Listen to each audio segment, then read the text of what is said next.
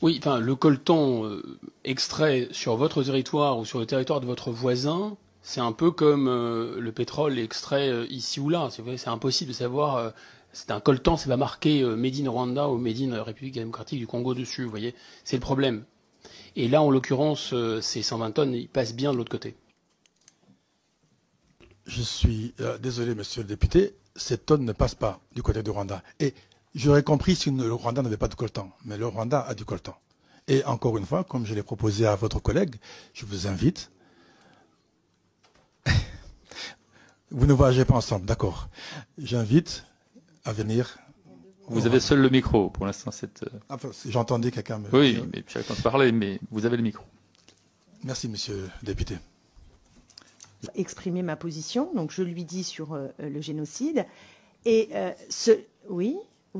S'il vous plaît, et cela n'empêche pas commission. d'être tout aussi lucide sur ce qui se passe aujourd'hui et les responsabilités du Rwanda. Quand on est juste, on l'est sur les principes et à tout niveau, tout le temps. Voilà, ça c'est ma position et c'est notre position. Merci. Monsieur l'ambassadeur, vous avez la parole.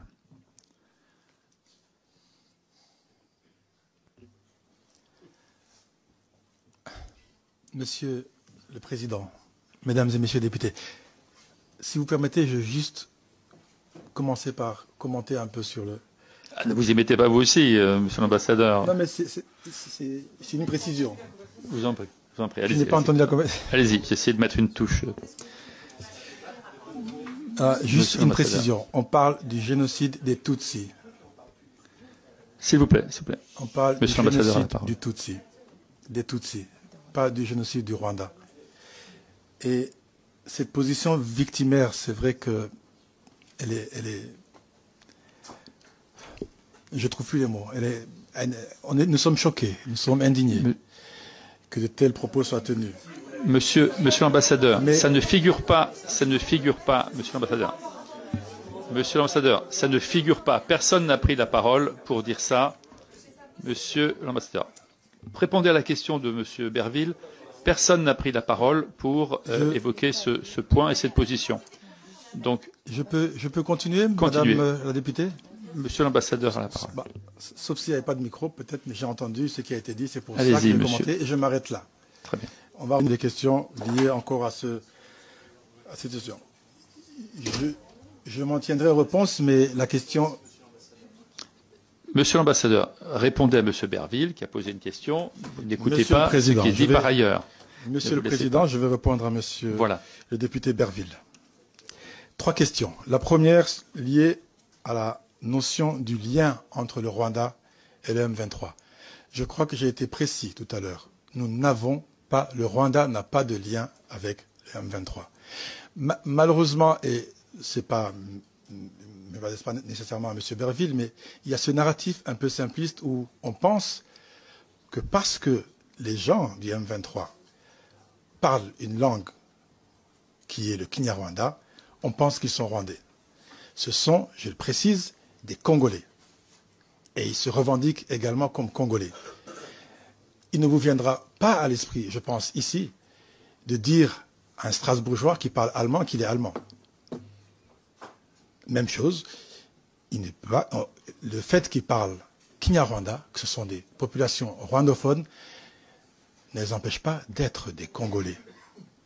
Donc nous n'avons aucun lien financier d'appui en armement avec le M23. Merci pour votre réponse. La parole à présent pour la France Insoumise à monsieur Aurélien Taché. Merci Monsieur le Président, merci Monsieur l'Ambassadeur. Le 7 avril, ce sera effectivement, ça a été rappelé, la journée internationale consacrée au génocide des Tutsis au Rwanda. Un concert était prévu en France à cette date, le concert Solidarité Congo. Vous avez demandé son report, Monsieur l'Ambassadeur, et vous avez eu raison. Rien ne doit pouvoir entraver le devoir de mémoire sur le génocide et l'horreur que vous avez justement rappelé. Mais rien ne doit non plus pouvoir entraver le devoir de solidarité avec le peuple congolais, aujourd'hui victime d'une guerre d'agression menée dans l'est de la République démocratique du Congo.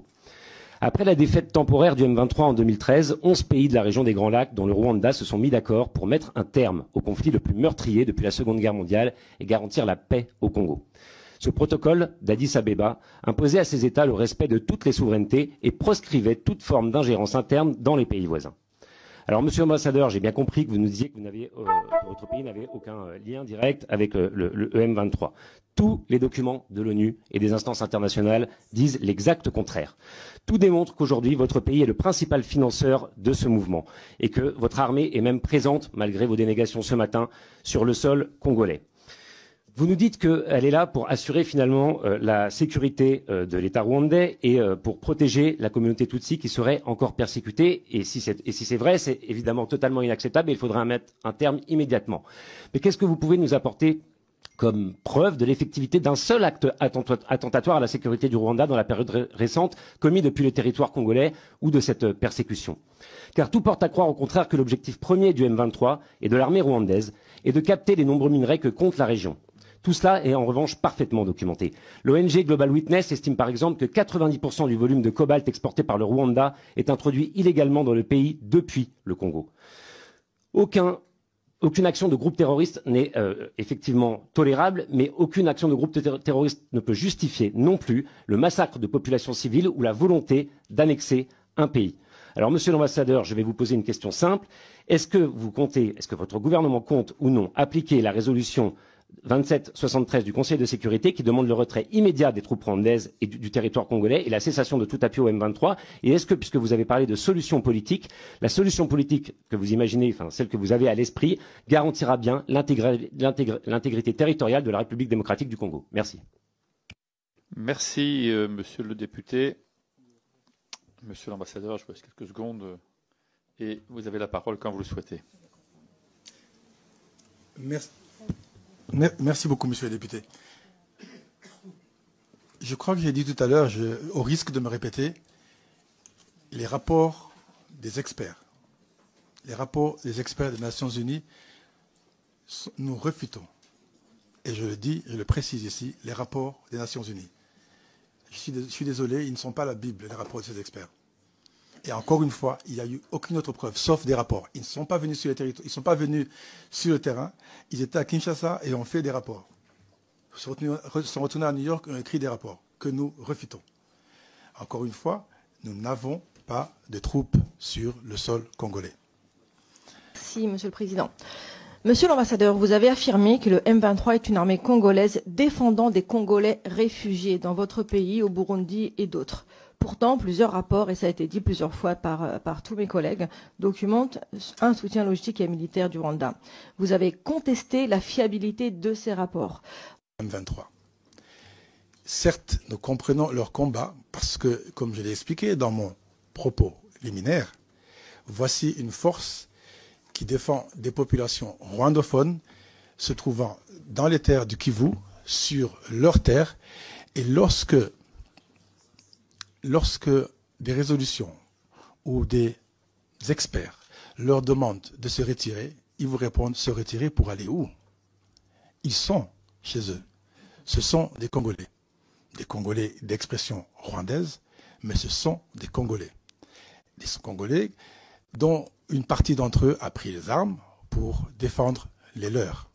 Je vous l'ai dit tout à l'heure, nous avons plus de 100 000 réfugiés congolais au Rwanda et plus de 400 000 en Ouganda.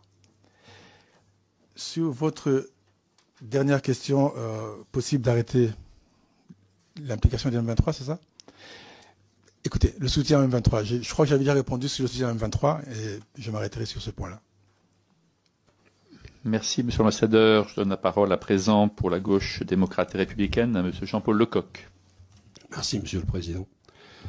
Monsieur l'ambassadeur, quand je vous ai écouté depuis le début de votre propos sur le chemin qui me relie à l'Assemblée nationale, j'avais l'impression d'avoir déjà entendu ce discours. C'est souvent un discours utilisé pour justifier l'injustifiable. Le fait de dire on se défend. On agresse, mais c'est pour se défendre, c'est pour défendre notre population. On est dans un contexte où par exemple, Poutine en Ukraine, et je crois que le sujet est abordé ce matin, dit « j'ai défendu les populations russophones du Donbass ». On a la même expression de M. Netanyahou qui défend Israël et c'est pour ça qu'il envahit la Palestine, etc. On a maintenant le roi du Maroc qui dit « le Sahara occidental, c'est à moi ». Et donc j'interviens, c'est pour défendre, etc. Et d'ailleurs, il me faudra des terres supplémentaires qui se trouvent en Algérie, en Mauritanie, jusqu'au fleuve Niger. Et vous avez les mêmes expressions. Moi, mes questions, elles sont simples.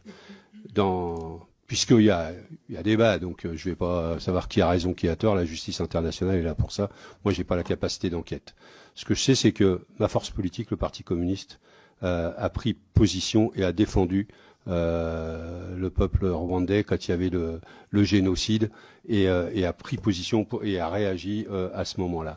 Ce que je sais, c'est que des matières premières sont actuellement extraites du Congo et vendues à l'échelle internationale. Par qui? Est-ce que c'est le Rwanda qui vend ces matières premières? Au nom de quoi? Enfin voilà, il y a quand même des sujets là-dessus. Le M23 est armé, est solidement armé. D'où viennent les armes? Est-ce que c'est mon pays, la France, qui vend des armes au M23? Je sais que mon pays vend des armes au Rwanda. Est-ce que ces armes ont été volées par le M23 dans les casernes rwandaises? Et donc, moi, je vous ai pas interrompu, Monsieur Berville. J'étais pas là quand vous parliez, mais je vous ai pas interrompu tout à l'heure. Hein. Et donc, est-ce que c'est ça? Et puis, comment à l'échelle internationale, beaucoup d'observateurs, jusqu'à l'ONU, dit il y a un sujet, le Rwanda est en train de bafouer le droit international, ne respecte pas les règles des peuples, et vous venez nous expliquer que